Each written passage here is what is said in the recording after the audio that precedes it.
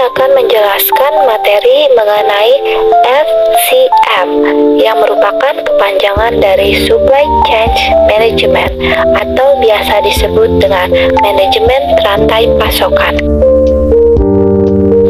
Pokok bahasan yang akan dibahas pada materi ini mengenai latar belakang SCM, pengertian SCM, manfaat SCM, prinsip-prinsip SCM, area cakupan SCM, persyaratan penerapan SCM, dan peran teknologi internet. Apa itu Supply Chain Management? Latar belakang munculnya supply chain management: pertama, adanya praktek manajemen logistik tradisional yang bersifat adversarial pada era modern ini sudah tidak relevan lagi karena tidak dapat menciptakan keunggulan kompetitif. Kedua, perubahan lingkungan bisnis yang semakin cepat dengan persaingan yang semakin ketat. Pengertian supply chain adalah jaringan perusahaan-perusahaan yang secara bersama-sama bekerja untuk menciptakan dan mengantarkan suatu produk ke tangan pemakai akhir. Perusahaan-perusahaan tersebut termasuk supplier, pabrik, distributor, toko atau retail, serta perusahaan pendukung seperti jasa logistik. 3 macam hal yang harus dikelola dalam supply chain, yaitu pertama, aliran barang dari hulu ke hilir, contohnya bahan baku yang dikirim dari supplier ke pabrik setelah produk selesai dikirim ke distributor, pengecer, kemudian ke pemakai akhir. Kedua, aliran uang dan sejenisnya yang mengalir dari hilir ke hulu. Ketiga, aliran informasi yang bisa terjadi dari hulu ke hilir atau sebaliknya. Kalau supply chain adalah jaringan fisiknya, yakni perusahaan-perusahaan yang terlibat dalam memasok bahan baku, memproduksi barang maupun mengirimkannya ke pemakai akhir. Perusahaan yang berada dalam supply chain pada intinya memuaskan konsumen dengan bekerja sama membuat produk yang murah, mengirimkan tepat waktu, dan dengan kualitas yang bagus. Sedangkan supply chain management adalah metode, alat, atau pendekatan pengolahannya. Sebuah model rantai pasokan sederhana terdiri dari 4 komponen. Pertama, supplier, kedua, produsen, ketiga, gudang atau pusat distribusi, dan keempat, pengguna akhir. Supply chain management adalah suatu metode penciptaan produk untuk disampaikan pada pengguna terakhir yang digunakan untuk mengendalikan dan mengatur rantai pasokan. Manfaat supply chain management: pertama, kepuasan pelanggan. Konsumen atau pengguna produk merupakan target utama dari aktivitas proses produksi setiap produk yang dihasilkan perusahaan. Kedua, meningkatkan pendapatan. Semakin banyak konsumen yang setia dan menjadi mitra perusahaan, berarti akan turut pula meningkatkan pendapatan perusahaan. Ketiga, menurunnya biaya. Pengintegrasian aliran produk dari perusahaan kepada konsumen akhir berarti pula mengurangi biaya-biaya pada jalur distribusi. Keempat, pemanfaatan aset semakin tinggi. Aset, terutama faktor manusia, akan semakin terlatih dan terlampir baik dari segi pengetahuan maupun keterampilan. Kelima, peningkatan laba. Dengan semakin meningkatnya jumlah konsumen yang setia dan menjadi pengguna produk, pada gilirannya akan meningkatkan laba perusahaan. Keenam, perusahaan semakin besar. Perusahaan yang dapat keuntungan dari segi proses distribusi produknya lambat laun akan menjadi besar dan tumbuh lebih kuat. Prinsip-prinsip supply chain management. Prinsip terpenting yang harus diperhatikan dalam sinkronisasi aktivitas-aktivitas sebuah supply chain adalah menciptakan hasil yang lebih besar, tidak hanya bagi tiap anggota rantai tetapi bagi keseluruhan sistem.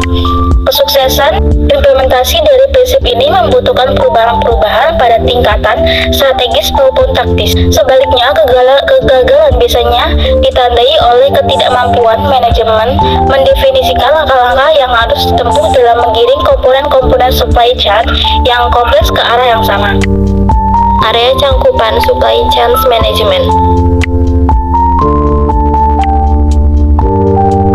Yang pertama, pengembangan produk. Sangat penting terutama bagi industri inovatif seperti industri garment, komputer, elektronik, packaging, dan sebagainya. Hal ini dikarenakan produk life cycle-nya pendek. Sebuah rancangan produk bisa memakan waktu dan biaya yang sangat besar. Padahal, di sisi lain, perusahaan dituntut untuk menghasilkan rancangan dan waktu cepat dan biaya yang murah. 2. Pembelian. Bagian pembelian dituntut mempunyai keahlian bernegosiasi. memiliki kemampuan untuk menerjemahkan strategi perusahaan ke dalam sistem pemilihan dan evaluasi supplier. Tugas rutinnya adalah melakukan pemilihan bahan baku, komponen, jasa, dan sebagainya. Bagian ini diharapkan dapat menciptakan kolaborasi jangka panjang dengan supplier-supplier relevan, melibatkan mereka dalam perancangan produk baru, mengevaluasi supply risk, dan sebagainya. Perencanaan dan pengendalian.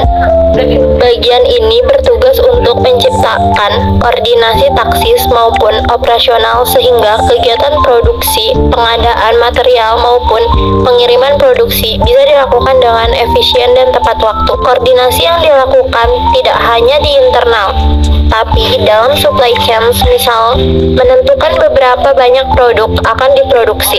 Informasi tentang data penjualan terakhir di tingkat retail serta berapa banyak stok produk yang masih mereka miliki adalah penting bagi pabrik. Bahkan, retail dengan perusahaan saling koordinasi untuk menentukan rencana produksi jangka menengah atau pendek. Keempat, produksi.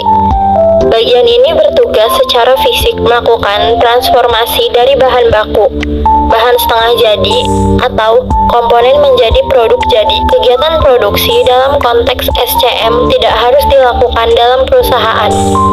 Banyak perusahaan melakukan outsourcing, yaitu memindahkan kegiatan produksi ke pihak subkontraktor.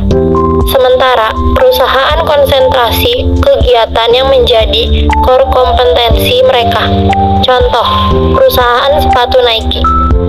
Dalam kegiatan produksi, konsep lain manufacturing yang mementingkan efisien dan agile manufacturing yang menekankan pada fleksibel dan ketangkasan merespon perubahan adalah dua hal yang penting. Kelima, distribusi atau pengiriman. Tugas dalam lingkup supply chain adalah mengirim produk tersebut agar sampai di tangan pelanggan pada waktu dan tempat yang tepat. Aktivitas ini dapat dilakukan sendiri oleh perusahaan atau diserahkan ke perusahaan jasa transportasi. Dalam cakupan kegiatan distribusi, perusahaan harus merancang jaringan distribusi yang tepat dengan mempertimbangkan aspek biaya, aspek fleksibilitas, dan aspek kecepatan respon terhadap pelanggan. F. Persyaratan penerapan supply chain management. Sebagai suatu konsep yang melibatkan banyak pihak sebagai mata rantai supply chain management, menuntut beberapa persyaratan yang tidak hanya terkait dengan material, tetapi juga informasi. Syarat utama dari penerapan supply chain management tentunya dukungan manajemen. Manajemen semua level dari strategi sampai operasional harus memberikan dukungan, mulai dari proses perencanaan, pengorganisasian, koordinasi, pelaksanaan, sampai pengendalian. Selain dukungan manajemen, syarat lain merupakan syarat yang melibatkan faktor eksternal, yaitu pemasok dan distributor. Sebelum membangun komitmen dan melaksanakan kontrak kerja dengan para pemasok, maka perusahaan terlebih dahulu harus melaksanakan evaluasi pemasok. Sebagai catatan, melaksanakan evaluasi pemasok untuk pemasok yang bermain dalam pasar yang monopoli tentunya sulit dan tidak bisa dilaksanakan, sehingga yang perlu dilakukan untuk kondisi ini adalah membangun kemitraan dalam suatu kesepakatan. Evaluasi pemasok dilakukan apabila untuk material yang sama dapat diperoleh lebih dari satu alternatif pemasok. Setidaknya ada 3 kriteria dalam melakukan evaluasi pemasok, yaitu keadaan umum pemasok, keadaan pelayanan, dan keadaan material. Beberapa contoh indikator dari setiap kriteria evaluasi pemasok adalah sebagai berikut. Jaspers 2002. 1. Keadaan umum pemasok. A. Ukuran atau kapasitas produksi. B. Kondisi finansial. C. Kondisi operasional. D. Fasilitas riset dan desain. E. Lokasi geografis. F. Hubungan dagang antar industri. 2. Keadaan pelayanan. A. Waktu penyerahan material. B. Kondisi kedatangan material. C. Kuantitas pemesanan yang ditolak. D. Penanganan keluhan dari pembeli. E. Bantuan teknik yang diberikan. F. Informasi harga yang diberikan. 3. Keadaan material. A. Kualitas material. B. Keseraman material. C. Jaminan dari pemasok. D. Keadaan pengepakan atau pembungkusan. Dari ketiga kriteria tersebut, bobot berdasarkan tingkat kepentingan yang terbesar diberikan pada kriteria keadaan material, karena keadaan material akan mempengaruhi kinerja, fungsi, produksi, dan operasi, khususnya kualitas produk. Selanjutnya, dilakukan penilaian untuk setiap indikator dan hitung total skornya. Peran teknologi internet. Aplikasi internet dalam konteks supply chain management yaitu 1. Electronic procurement atau e-procurement. 2. Electronic fulfillment atau e-fulfillment. Electronic procurement salah satu model pengadaan yang mendukung imbungan jangka pendek adalah e-auction, yaitu suatu aplikasi untuk mendukung kegiatan lelang yang dilakukan secara elektronik.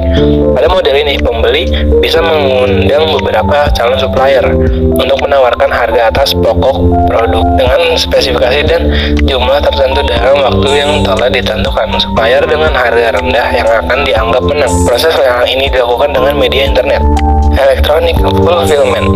Beberapa kegiatan yang termasuk dalam proses fulfillment adalah 1. Menerima order dari pelanggan. Pelanggan bisa memesan produk melalui telepon, fax, email, atau web-based ordering. 2. Mengelola transaksi termasuk proses pembayaran. 3. Manajemen gudang meliputi pengendalian persediaan produk dan kegiatan administrasi gudang secara umum. 4. Manajemen transportasi. Keputusan mode dan rute transportasi termasuk di dalamnya. 5. Komunikasi dengan pelanggan untuk memberikan informasi status pesanan, dukungan teknis, dan sebagainya. 6. Kegiatan refresh logistik yang berupa pengembalian produk ke bagian supply chain akibat pengembalian dari pelanggan.